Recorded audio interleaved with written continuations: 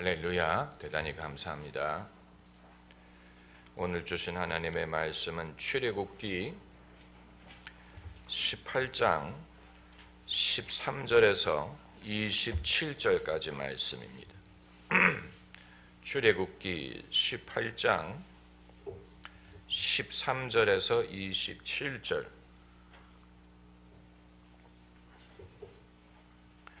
제가 한 절, 여러분이 다음 절 교독하는 방식으로 읽겠습니다.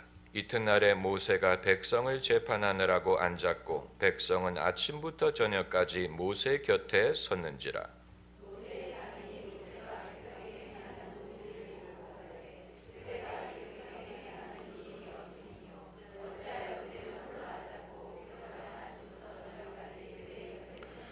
모세가 그 장인에게 대답하되 백성이 하나님께 물으려고 내게로 오미라.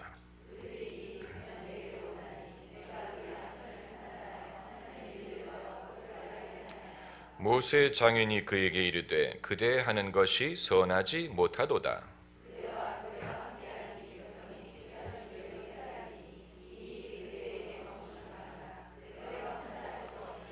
이제 내 말을 들으라. 내가 그대에게 방침을 가르치리니 하나님이 그대와 함께 계실지로다. 그대는 백성을 위하여 하나님 앞에 있어서 소송을 하나님께 베풀며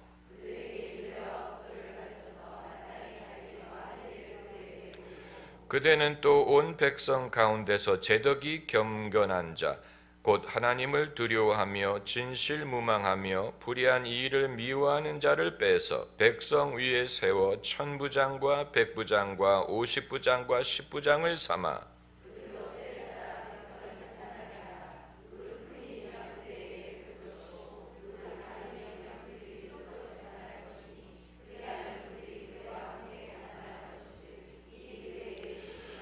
그대가 만일 이 일을 하고 하나님께서도 그대에게 인가하시면 그대가 이 일을 감당하고 이 모든 백성도 자기 곳으로 평안히 가리라.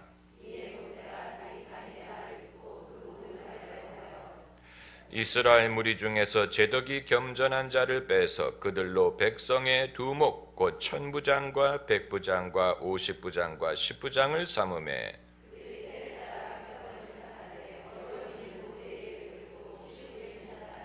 다 같이요. 모세가 그 장인을 보내니 그가 자기 고향으로 돌아가니라. 아멘. 우리가 하나님의 일을 하려고 할 때 마음이 맞는 사람끼리 힘을 합쳐서 뜻과 힘을 합치면 얼마나 좋으리라는 것은 누구든지 상식으로 알 수 있습니다. 예수님도 제자들을 내보내실 때 둘씩 짝을 지어서 내보내셨지요. 바울이 이방인 선교를 나갈 때도 바나바와 팀을 이루어서 나갔습니다. 예수님 말씀하시기를 너희 두세 사람이 내 이름으로 합심하여 무엇이든지 구하면 이루시리라고 하셨고 또 너희 죄를 서로에게 고하며 병낫기를 위하여 기도하라고 말씀하셨습니다. 국내 선교단체에서는 지금도 팀 사역을 기본으로 하고 그것을 강조하고 팀이 같이 기도하고 사역하는 것을 모범적인 모델로 여깁니다. 그런데 이것은 이론적으로는 옳지만 실제적으로는 의외로 쉽지가 않고 성경에 등장하는 인물들을 보면 구약 성경이든 신약 성경이든 성경에 등장하는 믿음의 인물들을 보면 누구와 팀을 이루어서 한 사람보다는 혼자 한 사람들이 대부분입니다. 그 예를 우리가 다 들 수 없지만 그 대표적인 사례가 엘리야 선지자입니다. 엘리야는 철저하게 솔로 사역을 했습니다. 그가 엘리사 선지자를 키우기는 했지만 엘리사는 그의 제자였지 팀원이 아니었습니다. 엘리야는 심지어 하나님과 대화할 때에도 나 혼자 남았습니다 라고 말한 사람이에요. 다 바알에게 무릎을 꿇고 나 혼자 남았나이다 라고 말을 했는데, 이것은 엘리야의 오해에서 비롯된 것입니다. 왜냐하면 아직도 바알에게 무릎을 꿇지 않고 입을 맞추지 않은 자가 몇 명이 있다고 했습니까? 7,000명이 있다고 했어요. 그러나 그건 객관적인 사실이었을 뿐, 엘리야의 보는 관점에서는 이스라엘의 하나님을 제대로 섬기는 사람은 자기 한 사람밖에 없었어. 하나님은 그 생각을 바로잡으려고 하시지는 않았습니다. 모세도 마찬가지. 모세가 하나님의 맡기신 이 일을 하는 데 있어서 누구를 의지하려고 했다든가 누구와 이 일을 분담하려고 하지 않았습니다. 모세가 보기에 하나님이 이 일을 위해 부르신 사람은 모세 한 사람뿐이었습니다.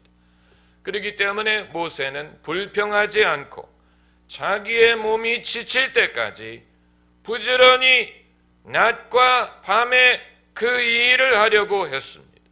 그게 오늘 본문에 나타난 사건이에요. 그 모순을 지적한 사람이 장인어른이, 그가 말하기를 자네 이렇게 하는 것은 선하지 않도다 하면서 이제 이렇게 하는 것이 어떻겠느냐라고 제안을 해서 모세가 그 제안을 받아들이고 1000부장, 100부장, 10부장을 세웠다라고 했는데, 그러나 이것은 어디까지나 행정적인 변화를 꾀한 것일 뿐 모세가 자기의 사명을 누구와 함께 이루고자 한 것은 아닙니다. 사도 바울도 마찬가지였어요. 사도 바울이 처음 이방인 선교를 떠날 때는 누구와 팀을 이루어서 나갔습니까? 바나바와 팀을 이루어서 나갔지만 도중에 두 사람 간의 갈등이 너무 심해서 같이 일할 수가 없었다고 했습니다. 그래서 서로 갈라서고 바나바는 마가를 데리고 가고 바울은 실라를 데리고 별도의 길을 갔는데, 바울의 성격을 우리가 다 파악할 수는 없지만 바울에게 프리마돈나 같은 기질이 있었는지도 모르고 스타 의식이 있었는지도 모르지만 그가 이후에 디모데서에 말한 것을 보면 다 나를 버리고 나 혼자 남았다 이렇게 말하는 구절이 있고, 내가 누구보다도 더 열심히 일했다라고 말하는 구절이 있습니다. 바울은 예수님을 처음 만날 때도 혼자 만났고 사도의 부름을 받았을 때 혼자 받은 것이고 누가 그것을 믿도록 도와준 것이 아니에요. 사도의 직분을 감당하는 데 있어서도 사도 바울은 스스로 그것을 감당한 것이지 그 사명을 감당하도록 누가 도와준 것이 아닙니다.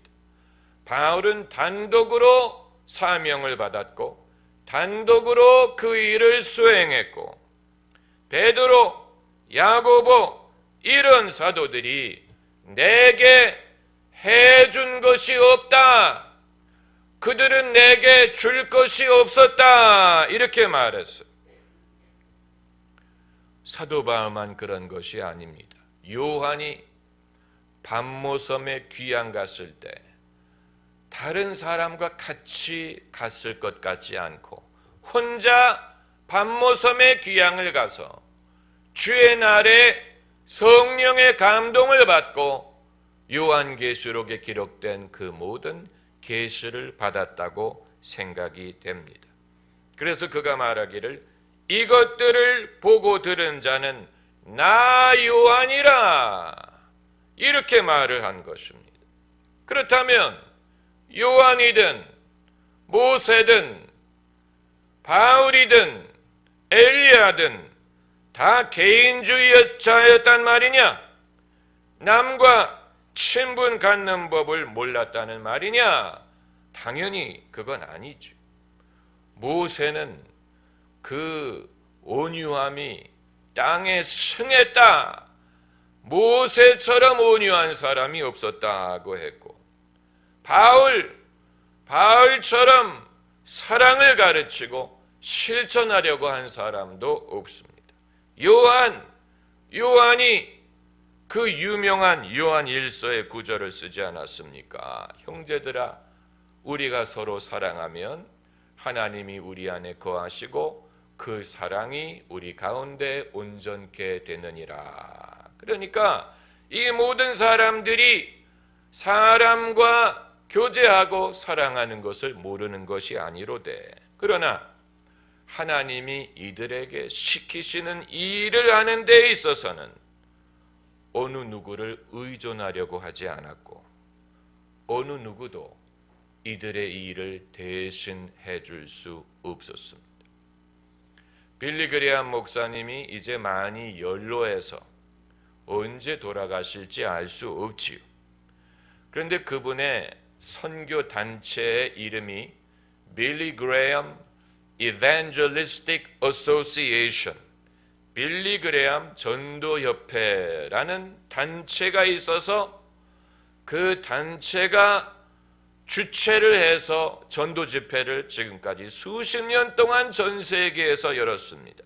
그러나 이 단체가 아무리 크더라도 이 단체의 핵심은 빌리 그레함 목사님 한 분뿐이, 이 한 분이 있기 때문에 이 선교협회가 존재할 수가 있는 것이고, 이 한 분이 없다면 이 선교단체는 존립할 수가 없었을 것입니다. 이 선교단체가 존재하는 이유는 빌리 그레함 목사님 한 분이 당신의 사명을 담당하도록 돕기 위한 것입니다.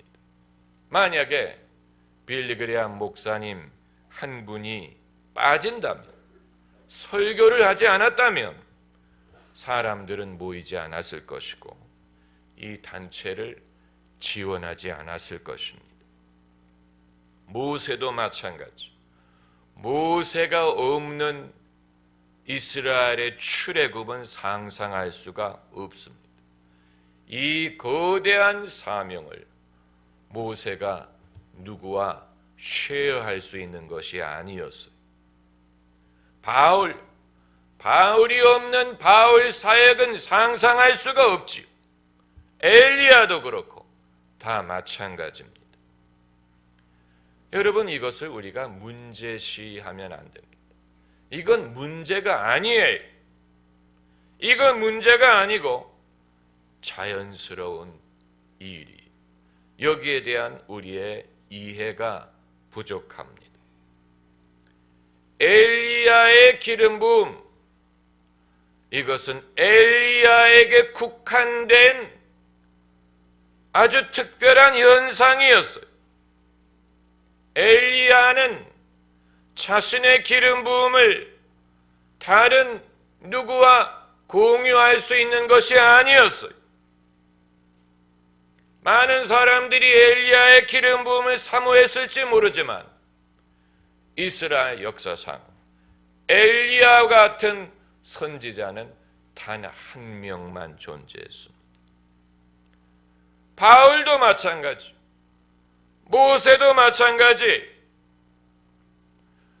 우리는 성령이 당신의 은사를 모두에게 골고루 나눠주시는 것을 믿지만, 그러나 이 같은 믿음의 종들에게 성령이 주신 은사는 독특한 것이었고, 누가 되풀이할 수 있는 것이 아니었고, 흉내낼 수 있는 것이 아니었고, 당사자만이 감당할 수 있는 것이었습니다. 아주 중요한 원리. 그렇다면 몇 가지 위험한 사항이 발생합니다. 이들이 만약에 실수를 한다든가 잘못된 길을 갈 때 어떤 방법을 취해야 되느냐 하는 문제가 발생합니다. 그들이 단독으로 그 사명을 감당하는 것이라면 이들이 만일 잘못된 길을 갈 때 어떻게 해야 되느냐. 그렇기 때문에 이제 우리가 지혜가 필요한데, 첫째는 어른 역할을 해줄 만한 사람이 필요합니다. 모세에게 어른 역할을 해준 사람이 누굽니까? 장인. 성경에서 어른 역할을 해줄 사람이 필요합니다. 모세에게 누가 어른이 되겠습니까? 장인은 모세의 어른 역할을 해주는 거. 그래서 장인은 유일하게 모세 눈치를 보지 않고 모세에게 듣기 좋은 말만 하지 않고 때로는 자네가 하는 일이 선하지 못하다라고 바른 말을 해줄 수 있었어요. 어른이 필요합니다. 어른. 그리고 이제 두 번째는 옆에서 기도해 줄 사람들이 필요합니다. 성경을 보면 베드로가 옥에 갇혔을 때 교회가 그를 위해 하나님께 간절히 빌더라고 했어요.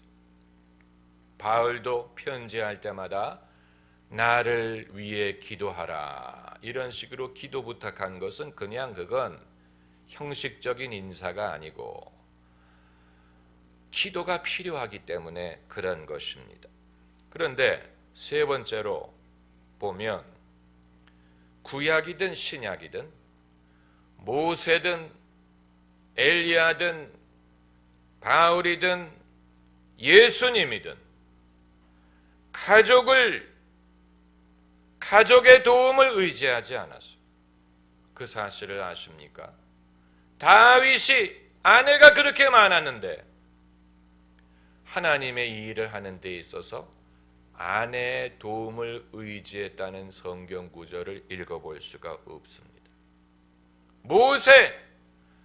모세가 선지자의 사명을 시작할 때 처자식을 미디안으로 보냈어요. 엘리야는 가족이 있었는지 배우자가 있었는지조차 알 수 없어요. 바울은 독신으로 살았고 독신을 명하지는 않았지만 그것을 권장했습니다. 그러니까 오늘날 우리가 갖고 있는 생각이 잘못됐을 수 있는 것입니다. 오늘날 우리는 부부가 같이 기도하고 같이 사역하는 것이 좋다라고 생각을 하는 것 같은데 성경에 부부가 같이 사역했다는 기록은 아굴라와 브리스길라밖에 없어요. 그 이외에는 부부가 같이 팀을 이루어서 사역을 한 사례를 찾아볼 수가 없습니다. 다윗도 아내가 그렇게 많았는데 하나님의 뜻을 찾고 행하는 데 있어서는 철저하게 홀로 판단하고 실천했어요. 그렇기 때문에 네 번째로 본인의 책임이 제일 큽니다. 오늘날 우리는 이것을 인정하려고 하지 않는 것 같아요. 그건 너무 개인주의적이라고 생각하는 것 같고 개인보다도 더 큰 명분을 생각하려고 합니다. 교회라든가 전통이라든가 개인보다도 더 큰 명분을 생각하려고 하는데 그러나 하나님이 하시는 일을 보면 어느 한 사람을 통하여 하나님이 어떤 일을 행하고자 하실 때 그 한 사람에게 좌우됩니다. 그렇기 때문에 그 사람이 실패하면 그 일은 실패합니다. 그 사람이 죽으면 그 일은 끝납니다. 대를 이어서 하지 않습니다. 대를 이어서 하지 않는다는 말은 다윗이 살아있는 동안에는 다윗이 하나님의 마음에 합한 사람이었지만 다윗이 죽고 나니까 누가 대를 이어 하나님의 마음에 합한 자가 되리라는 보장이 없더라는 것. 바울이 살아있는 동안에 하나님은 바울을 통해 큰 일을 행하셨지만 바울이 죽고 난 다음에는 적어도 바울을 통해 이루고자 하시는 일을 다른 사람에게 이어서 행하려고 하시지 않고 그 일은 이제 정리하고 다른 사람을 통해 다른 일을 행하실지언정 그것을 대를 이어서 하시지는 않습니다. 우리가 그 사실을 믿으려고 하지 않습니다. 그래서 대대로 이어가야 된다고 고집을 하는 것 같은데 그러나 교회사를 보면 하나님이 그렇게 하신 사례는 찾아볼 수 없습니다.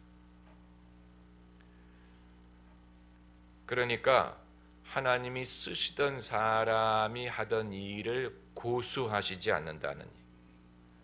그냥 다른 사람에게로 옮겨가실 뿐입니다. 그럼 위험하지 않느냐? 리스크가 너무 크지 않습니까? 맞아요. 하나님은 리스크를 감당하십니다. 하나님이 하시는 일은 다 리스크가 있습니다. 하나님은 리스크를 감당하십니다. 우리를 부르신 것도 리스크를 감당하신 것. 우리가 과연 믿음을 감당할까? 끝까지 충실할까? 그건 모르는 것입니다. 여러분도 모르고 저도 모르고 과연 끝까지 충성을 할까? 맡기신 일을 다 마칠까? 끝까지 믿음을 지킬까? 그건 아무도 몰라요. 다만 하나님이 시작하셨으니 하나님이 이루실 줄을 믿는 것뿐입니다. 할렐루야. 이건 믿음의 차원이지 보장할 수 있는 건 아니에요. 하나님은 리스크를 감수하십니다. 리스크.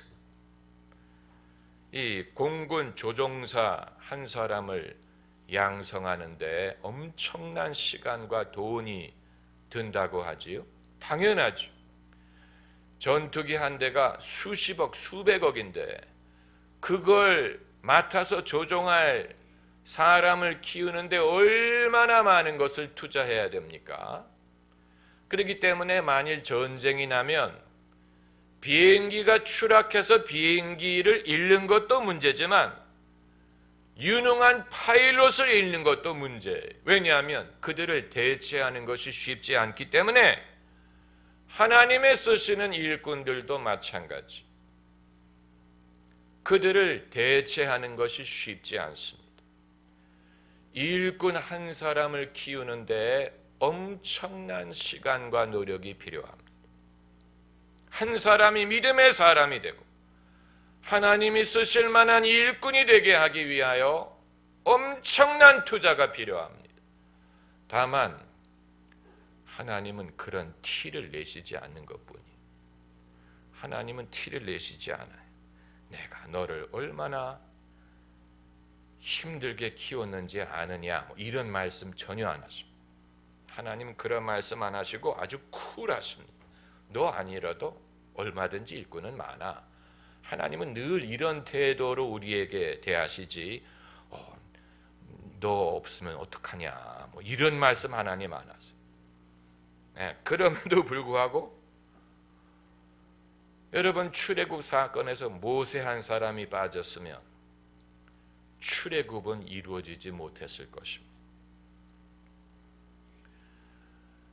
교회가 초대교회가 처음 시작할 때 베드로 한 사람이 없었으면 초대교회는 리더십을 상실했을 것입니다. 그렇다고 기독교가 세워지지 못하지는 않았을 거예요. 그러나 베드로 한 사람의 역할이 얼마나 컸는지 몰라요. 베드로 한 사람이 있었기 때문에 오순절 첫날부터 강력하게 교회가 세워질 수가 있었던 것입니다. 한 사람, 베드로 한 사람, 그 한 사람을 세우기 위하여 예수님은 부활하신 후에도 그를 찾아가서 요한의 아들 시몬아 내가 나를 사랑하느냐 3번이나 물어보실 정도로 그 한 사람의 일꾼을 세울 필요를 느끼셨어요. 그러나 성경 어디에도 베드로야 너 없으면 어떻게 하냐 이렇게 말씀하시지는 않았어요. 바울도 마찬가지. 바울 한 사람이 없었다고 기독교가 성장하지 못했을 것은 아닙니다. 그러나 만일 바울 한 사람이 없었다면 그 위험하고 중요한 시대에 기독교의 신학을 정립할 사람이 거의 없었을 것입니다. 그래서 기독교는 다시 율법 위주로 돌아갔을 가능성이 있습니다. 바울 한 사람이 있었기 때문에 누가 너희를 깨웠느냐? 내가 전한 복음 이외에 다른 복음을 전하는 자는 저주를 받을지어다 하면서 오직 의인은 믿음으로 말미암아 살리라. 이 신칭의 믿음으로 의롭다함을 얻는 기독교 신학을 굳건하게 정립할 수 있었어요. 바울 한 사람이 있었기 때문에. 만약에 바울이 없었다면 그 신학 작업을 할 만한 사람은 이름을 알 수 없는 히브리서 저자 한 사람뿐이었을 것입니다.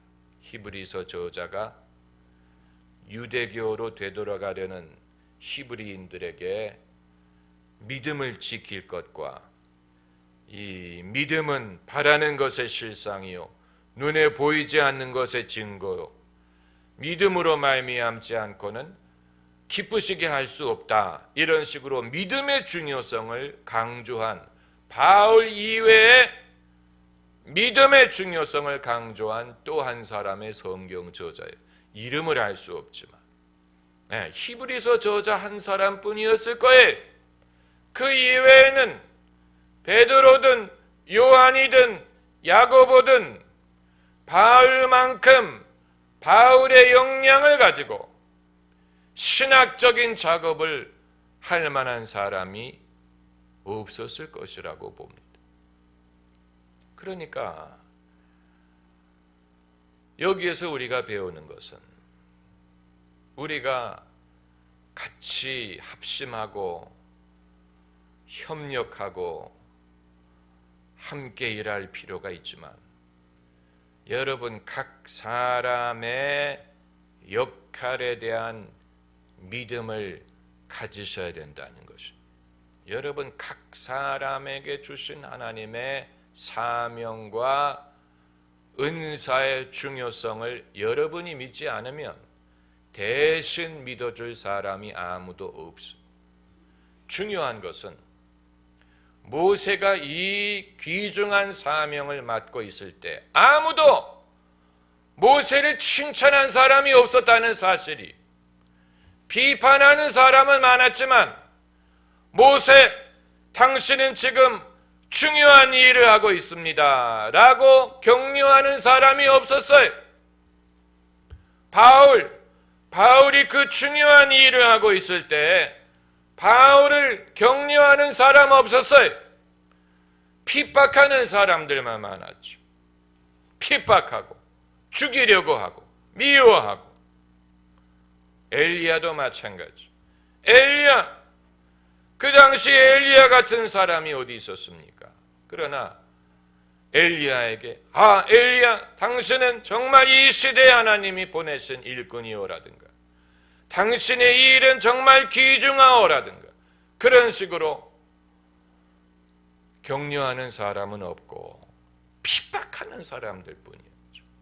핍박하고 대적하고 내가 내일 이맘때까지 저를 죽이지 아니하면 내가 화가 있으리라 뭐 이런 식으로 협박하고 그렇기 때문에 제가 말씀드리는 것은 사람이 자신의 역할에 대한 믿음을 갖기가 어렵습니다. 그걸 자기가 믿지 않으면 대신 믿어줄 사람이 별로 없어. 대신 믿어줄 사람이 없어. 자기가 믿어야 돼. 자기가 그 믿음을 지켜야 됩니다. 나의 나됨은 하나님의 은혜로다.